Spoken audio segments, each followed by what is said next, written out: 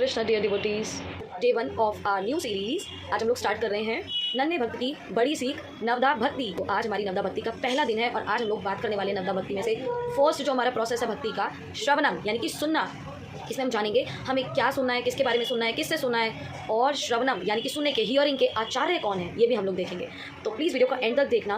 श्रवणम का मतलब होने वाला है सुनना। तो हमें किसके बारे में सुनना है? हमें सुनना है भगवान श्री कृष्ण, भगवान श्री विष्णु से रिलेटेड जो कुछ भी है उन सब कुछ को सुनना है ना। भगवान के नाम, रूप, गुण, लीला, भगवान के धाम के बारे में, भगवान के महाप्रसाद के बारे में, भगवान के भक्तों के बारे में, ये सब कुछ सुनना श्रवणम की कैटेगरी में आता है। अब आप कहोगे सुनना ठीक है, मगर इससे होगा क्या?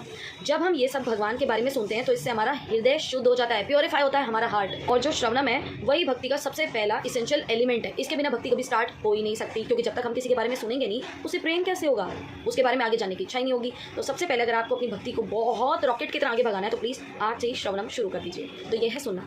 अब हमने जान लिया किसके बारे में सुनना है, अब हम जानेंगे किससे सुनना है। तो आपको उनसे सुनना है जो भी संप्रदाय से जुड़ा हुआ है, जैसे इस्कॉन ब्रह्म गौड़ीय वैष्णव संप्रदाय से, जिसमें श्री चैतन्य महाप्रभु खुद प्रकट हुए, है ना। प्रभुपाद जी आए इस संप्रदाय में, जो प्रभुपाद जी जिन्हें भगवान के प्रतिनिधि हैं, भगवान उन्हें भेजा हम जैसे पतितों का उद्धार करने के लिए। ऐसे संत की वाणी हमें सुनने को मिल रही है। तो हमें प्रभुपाद जी के ग्रंथों को पढ़ना है, प्रभुपाद जी के लेक्चर कम से कम 1 पर डे जरूर सुनना है, भगवान की लीलाओं के बारे में सुनना है, श्रीमद् भागवतम, भगवद गीता, चैतन्य चरितामृत, रामायण, ये सब पढ़ना सुनना, ये सभी सुनने की कैटेगरी में है। और आप किससे सुन सकते हो? जो भी संप्रदाय में आ रहे हैं आप उनसे सुन सकते हो, जैसे कि श्री संप्रदाय है, निम्बार्क संप्रदाय है और रुद्र संप्रदाय, ये सभी वैलिड संप्रदाय हैं। आप इनमें से किसी से भी सुन सकते हो, ठीक है, क्योंकि ये सब ज्ञान कहाँ से आ रहा है? परंपरा से आ रहा है। तो हमें इन सबसे सुनना है। अच्छा, एक बात और बताती हूँ, हम लोग 16 माला जब सुबह सुबह करते हैं ना, चैंटिंग करते हैं, प्रभुपाद जी ने क्या बोला? मुँह से बोलो, कानों से सुनो। ये भी श्रवणम की कैटेगरी में है। तो इसे भी हम स्ट्रॉन्ग करेंगे। ये भी हमने बहुत अच्छे से ध्यान से नाम को लेना है, सुनना है। भगवान के बारे में सुनना, यानी कि भगवान विष्णु, श्री कृष्ण, जो भी विष्णु तत्व हैं उनके बारे में सुनना।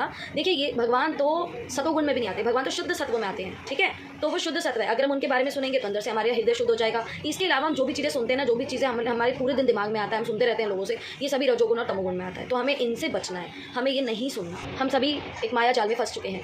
ये जो पृथ्वी है ये दुखालय में शाश्वतम है, मृत्यु लोक है।